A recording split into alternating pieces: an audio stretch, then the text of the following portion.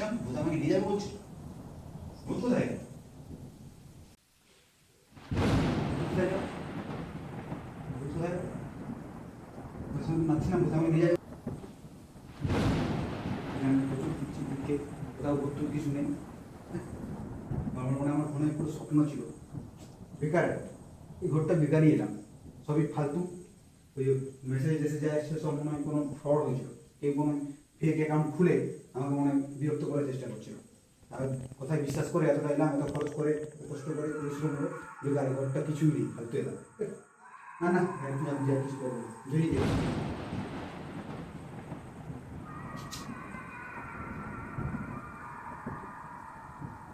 যেতে পারছি না কেন? দরজা তো খোলা আছে, যেতে পারছি না কেন? মনে হচ্ছে আমার পায়েটা একটু লেগেছে নাকি। না, এবার যেতেই হবে।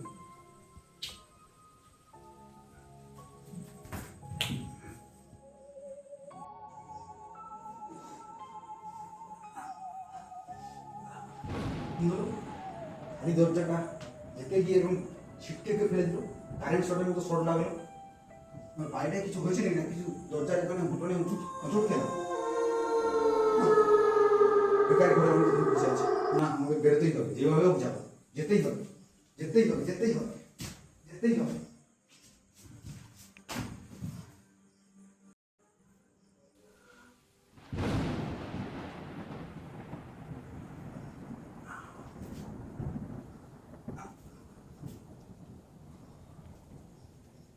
কিছু ব্যাপার, তুমি কোনো জাদু শক্তিতে আটকে গেছি।